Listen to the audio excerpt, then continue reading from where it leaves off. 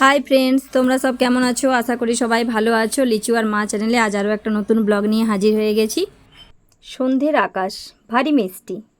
চলুন আজ আপনাদের একটা জায়গা নিয়ে যাই। বাঙালি তো ভোজন রসিক, তাই শুধু খাই খাই। আর সন্ধেবেলা মানে বুঝতেই পারছেন কোথায় যেতে পারি। এসে গেলাম চট্টল কেক শপ। বাড়ি থেকে 5 মিনিটের হাঁটা পথ।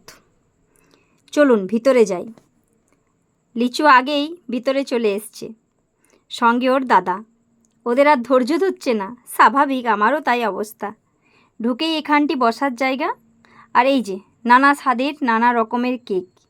এই বড় কেকগুলি সাধারণত বার্থডে অর্ডার থাকে, তাছাড়াও এমনি তৈরি করা থাকে, কেউ হঠাৎ এসেও নিতে পারে। আমার বাড়ির সবার বার্থডেতে কেক এখান থেকেই যায়। বার্থডের মোমবাতি, ক্যাপ, আরও সব আইটেম এখানে পাওয়া যায়। বেটু আর ওর দাদা মিলে পছন্দ করে চলেছে কি খাবে।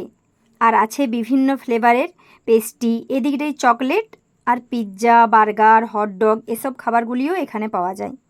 মাঝে মাঝে আসি আমরা এসবের স্বাদ নিতে। এগুলি আজ একটু কম আছে। অ্যাট লাস্ট অনেক দেখার পর বাটারস্কচ পেস্ট্রি পছন্দ হলো দুই ভাইয়ের। বসে পড়েছে খেতে। খুব মন দিয়ে খাচ্ছে দুজনে, দেখে বুঝতেই পাচ্ছেন কতটা টেস্টি। এই জায়গাটিতে বসে সন্ধেবেলায় বন্ধুদের সঙ্গে একটু আড্ডা বা বার্থডে সেলিব্রেশন, কফিও পাওয়া যায়। তাই 1 কাপ কফি হাতে কফি শপের সেই আড্ডাটা বেশ ভালোই জমে ওঠে। এখানেই শেষ নয়, এদিকে আবার আইসক্রিম। সবার শেষে ডেজার্ট না হলে বাঙালির কি চলে? তাই দুই ভাই দুটি আইসক্রিম নিল। আমি নিলাম একটি রাবড়ি আইসক্রিম, আর ওরা নিল স্ট্রবেরি ফ্লেভারের আইসক্রিম।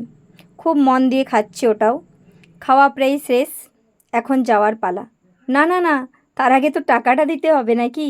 চলুন টাকা দিয়ে বেরিয়ে পড়ি। কেমন লাগলো এই কেক শপটি? ভালো লাগলে কোনো দিন এসে এর স্বাদ নিয়ে যাবেন।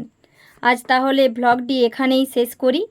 কেমন লাগলো কমেন্টে অবশ্যই জানাবেন। ভালো লাগলে একটা লাইক করে দিবেন। আজকের মতো টাটা, দেখা হচ্ছে খুব শীঘ্র পরের আরেকটি ব্লগে।